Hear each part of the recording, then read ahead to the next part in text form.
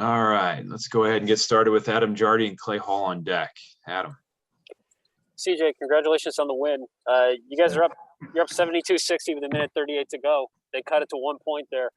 Obviously, you guys finish it out, but what happened in that last minute 38, and what's the vibe you take out of this game?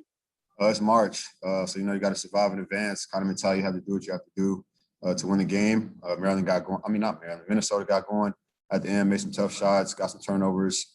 I think we missed some free throws towards the end. Just some momentum plays that they had that brought them back into the game. But we stayed connected. I feel like that's something that I mentioned a while ago when we was kind of going through our losing streak and staying connected. So I feel like that's what we did towards the end. Minnesota's a really good team. They fight to the end, play physical, played aggressive. That's what they did. They came back, within that time frame. But, we stick together and made some tough plays at the end. We finished. Next up, Clay Hall with Patrick Murphy on deck. Clay. CJ, you snap a 4-game losing streak. Does it feel like a bit of a breakthrough and a chance to sort of get back on the right path? Yeah, it feels amazing. Very happy, very satisfied with my team today. Of course, we got to be better, got to improve in some areas, play against a really good team tomorrow. So, we've got to go watch film, grow from today. Most definitely excited to be back in the win column. Just try to build from here, go on to the next stage, try to win another great game, go out there and play hard. Next up, Patrick Murphy with Stephen Means on deck. Patrick. CJ, we've talked to you guys about the late game situations here of late, and they've crept up at times throughout the season. Does it feel better that you won this game, or is it a concern that this stuff keeps kind of creeping up in these type of games? I wouldn't say it's a concern. Like I said, it's March. A lot of things can happen, a lot of upsets, a lot of great games. So you got to do what you have to do. You got to just keep playing one play at a time, just do what you have to do to win the game. I feel like that was what we did better than what we had previously, like I said, during our losing streak. So, like I said, I'm proud of our team today with the way we stay connected and made some, big time plays. So I wouldn't say it's a concern because in March, you just have to do what you have to do to win the game. Next up is Stephen Means with Steve Hellwagon on deck. Stephen.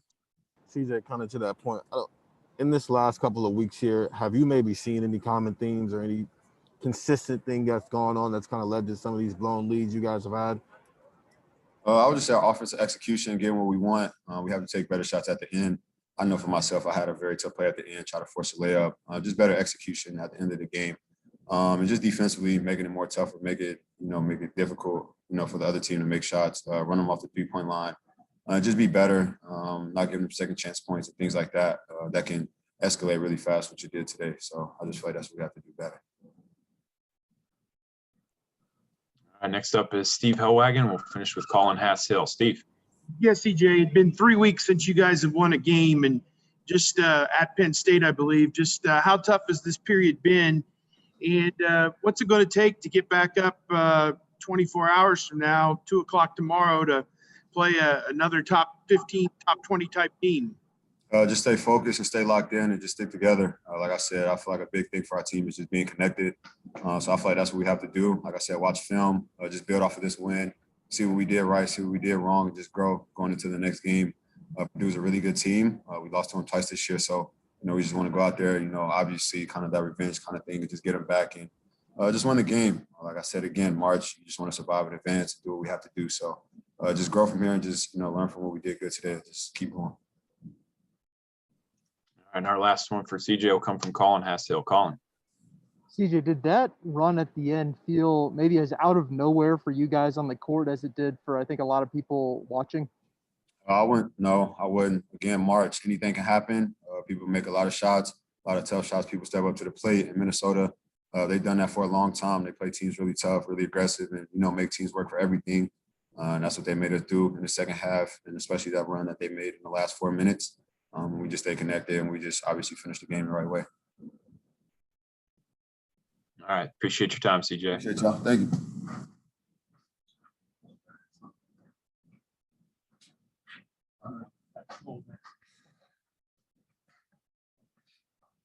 Yeah. It's muted. No, can y'all hear me? We got you. All right, let's go ahead and we'll start with Adam Jardy. Remember, raise your hand if you got a question for Justice here. We'll go ahead with Adam Jardy and then Stephen Means on deck. Adam. Justice, Coach Holtmann said you had a procedure this week. You couldn't practice much. You end up having the impact that you did today. What did it take for you to play today, and what are you dealing with? Yeah, I've been having some nagging injuries and stuff like that. So, my medical staff, my trainers, I've been making sure I get my rehab in, making sure I take care of that, so I'm able to come out here and perform. So that's all I gotta say about that.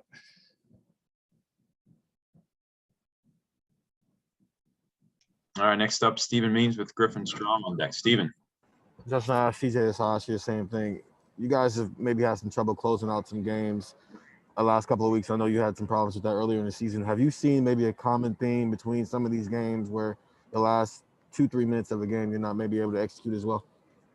Yeah, we've seen it, in the beginning of the season, especially. But it's March, and I feel like, Minnesota's they play hard. They're a hard playing team, and once they started feeling it towards the end, they started to hit some really tough shots. I'm more proud of my guys being able to stick together. Especially losing our last couple of games of the season, just sticking together. Being able to carry out this win, it means a lot. All right, next up, Griffin Strong with Patrick Murphy on deck. Griffin. Hey, Justice, you guys had 5 guys in double figures scoring today. How big was it for you guys to have a better balance on offense, given that EJ and Dwayne seemed to carry a lot of the load in the past few games? Yeah, the good thing about our team is we have a lot of weapons, a lot of good players. So we're really just playing off of each other. Everyone has their strengths, and we play off each other pretty well. Good chemistry.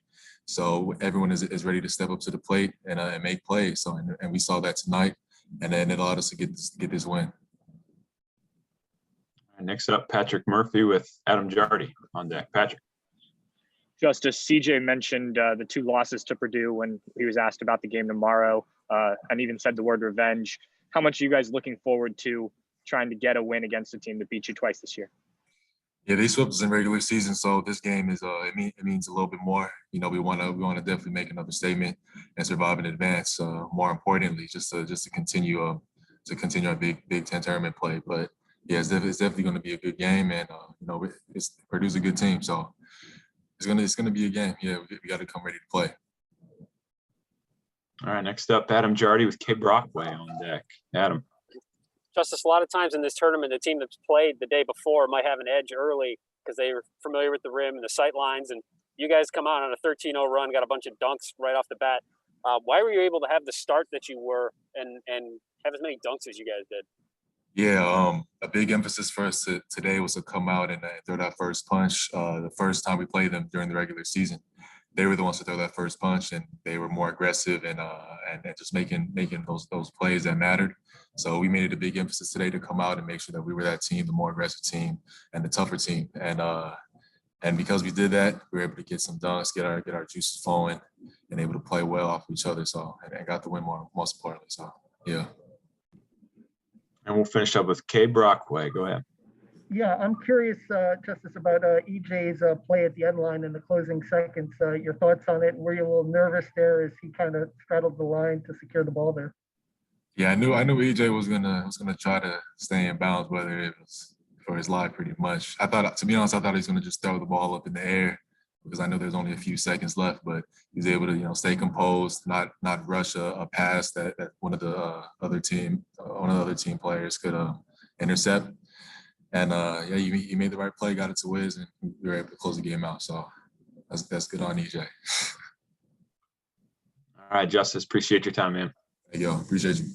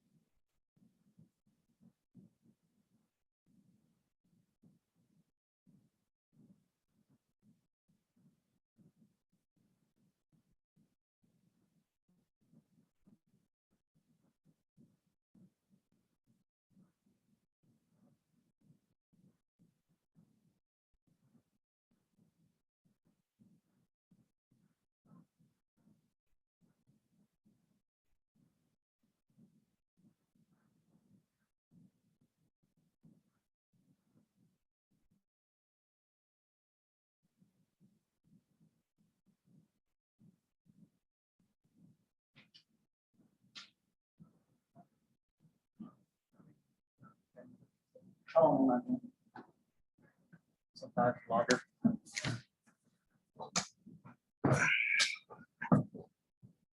All right, Coach, thanks for joining us. The floor is yours. Okay, hard fought win for sure here. I thought we played really well in stretches. Give Minnesota credit. Marcus Carr was a load there late. We did a couple critical things to help the cause, but they also made a lot of shots and were scoring it quick. So a good win for our guys. Proud of them. Time to move on here. All right, we're going to try to get to everybody here. So let's remember just one question and we'll move on. I'll start with Spencer Holbrook and Brendan Gulick on deck. Spencer. Chris, how much different does a 1-point win feel in tournament play than it would in a regular season? Would you be angrier in the regular season than you are to just survive in a tournament setting like this? Or how does that work for you guys moving forward? 4-point, you say 1 point or 4-point? 4-point win, yeah. How much different does it feel down the stretch like that to just survive in a Big Ten tournament game than it would in a regular season game? Yeah, no, it's a good question. I think when you watch as much college basketball as I have, I mean, I saw, what was it? Illinois was way up on Wisconsin there a couple weeks ago, and Trice went off there late, cut it to a 1 or 2 possession game. You got really good guards, dynamic guards, can make some plays. Again, we've got to do some things better, but I give those guys credit. So we're not giving this one back by any stretch. I'm proud of our guys. I'm proud of EJ for knocking those free throws down late. You're going to miss some free throws. We missed a couple critical ones, but no, I feel good about being able to survive and advance and move forward. All right, next up, Brendan Gulick with Griffin Strom on deck. Brendan. Chris, congratulations on the win. I'm sure you'll be asked quite a bit about your starters, but I want to ask you about Musa Jallow. This might have been his most efficient game of the year. He seemed to come up in big moments on both ends of the floor. What did you like in particular about the way he played tonight? I thought he was terrific. He just played his role at a really high level. I thought he was terrific. Was active defensively, got to where he needed to. I thought he was really, really good. And we needed his defense. We needed his activity, especially with Kyle's 2 fouls. Griffin Strom next up with Patrick Murphy on deck. Griffin. Hey, Coach, how big was it for your guys' confidence and the confidence of some of your other players outside of EJ and Dwayne to have such a well-balanced offensive attack today with 5 guys in double figures, with Kyle and Musa obviously stepping up and having their best games in quite some time? Yeah, that was good to see. That was really good to see those guys. CJ Walker asked to come off the bench a couple of days ago, and I told him, hey, it's your team, senior. So if that's what you'd like to do, absolutely, we'll do that. But I was good to see. I thought he gave us some really critical plays there. The one where he should have probably pulled it out there late. He'll learn from that. But I thought he was really good and really helped us.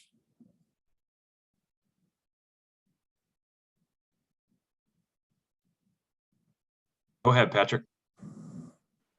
Chris, just looking ahead to tomorrow, Purdue is a team that obviously got you guys twice this year.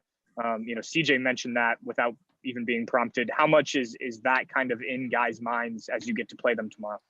I think you're always aware of it. It's always something that you're aware of. I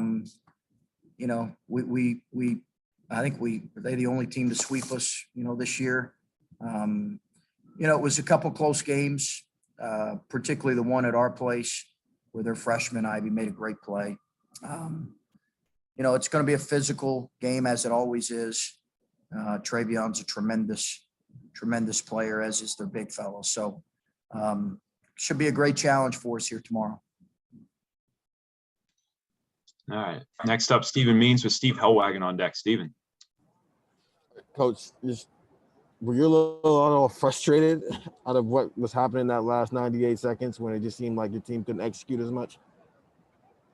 No. I mean, that's, again, I've watched enough college basketball to know that, players aren't perfect, and they made some plays. We missed a couple free throws. We had a critical offensive foul there, but we also, CJ did a great job calling a timeout in a corner situation. EJ did a great job executing a baseline situation where he got fouled. So no, it's part of us, part of the learning experience. And, there's a couple things we can do better, but they also made some tough shots. Next up, Steve Hellwagon with Shane and Ryan on deck. Steve. Yeah, Coach. Seemed like for the longest time you guys were doing a good job with Carr. It seemed like you were running a second defender at him to get the ball out of his hands. Just Yeah. what was the thought at the first 37 minutes, I guess, where you only had 12 points through the first 37 and then the rest at the end. Just what were you guys doing with him? You know, they put him in space, Steve, and didn't bring a ball screen as much in the last couple minutes. And then he just, you know, they just, you know, late, you know, they were just down. They got nothing to lose, and they're just playing. And they threw in some tough shots, but they didn't bring another defender as much. I thought we really executed well defensively in the last couple possessions against him.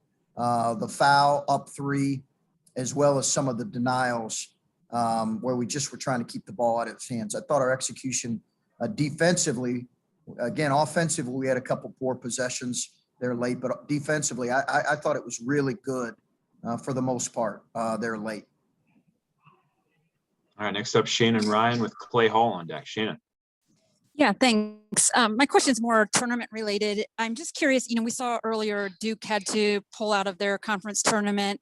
I think that prospect of COVID really wrecking us end of season here is on people's minds. And I'm just curious, does that weigh on your mind? Is it a concern? And do you try to block that out, or how do you deal with that? And how do you deal with that with players? No, Shannon, yeah, it's definitely a concern.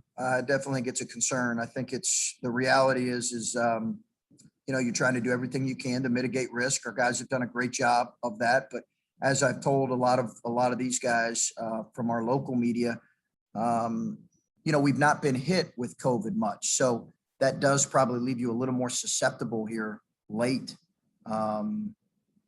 later in the year. So we just have to make sure we're following every protocol. All right, last 3 for Coach here. We'll go with Clay Hall, Colin Hass-Hill on deck. Clay.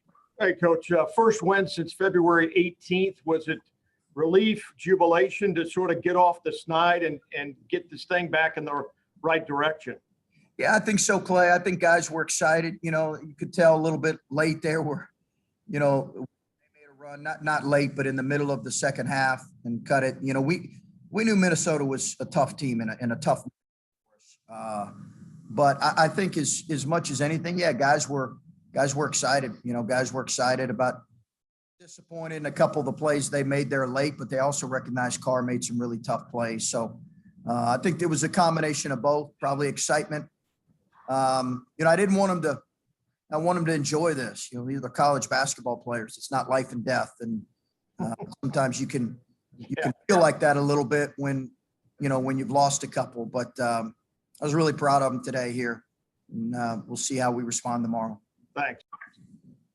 We'll go with Colin Hass-Hill and finish up with Adam Jardy. Colin. Chris, I think you had 44 points in the paint today. How much of that was a priority in this specific matchup? And what can you really take from that part of the performance and apply it to the Nets game, given, you know, your challenges from inside the arc offensively against Purdue this season? Yeah, Purdue plays you a little differently defensively, Colin, than Minnesota, but both teams can make it difficult for you. I do think we were really intentional about playing through the paint, and even turning down some threes at times. You know, it's obviously a different arena, a different building. So I think we wanted to. Our guys really, really followed our offensive game plan. I mean, they were terrific at being intentional about getting what we want. Sometimes we missed a couple, honestly, but I thought guys were terrific with that. And our last questions will come from Adam Jardy. Adam. Chris, after you guys got off to the 13-0 start, you started turning the ball over a couple of times there, and I know it's not a team that necessarily turns teams over at a super high percentage. What was the challenge there, and did you feel like that was maybe a missed opportunity where you could have given yourself a little more breathing room? I thought we turned it over just too much today, Adam. But they also do that in league play. Their numbers, it's really the best thing they do in league play. We contributed with it with some. We had sometimes just a couple sloppy plays, a couple plays that just balls dropped through our hands. But no question, we have to be better. We can't have 15 turnovers and expect to win tomorrow. There's no question. And maybe one or two more if there's one or two more. if I could follow since I'm still unmuted, but just to get off to that start, given that you guys did have that losing streak coming in, to come out up 13-0, get some dunks like that, it seemed like that, you needed something like that to maybe get things going. How important was that? Well, we did need it, Adam. We did need it, but I think I said to you guys a couple of days ago that our guys, the spirit of our guys has been really good. I did not sense that they were still feeling the effects of losing 4. I didn't sense that in practice. Hopefully I would tell you, or wouldn't be as positive if I did feel that. So I think they recognized that this is a new opportunity, and they also recognized that they had some really good stretches of play. Just like today, we had some good stretches of play to get up 14. And then we had some errors that we have to clean up. So I do think that gave us some life and some energy, just the way our guys opened the game. But they've had a great mindset going into it. All right, Coach, thanks for your time. Okay, thanks, guys.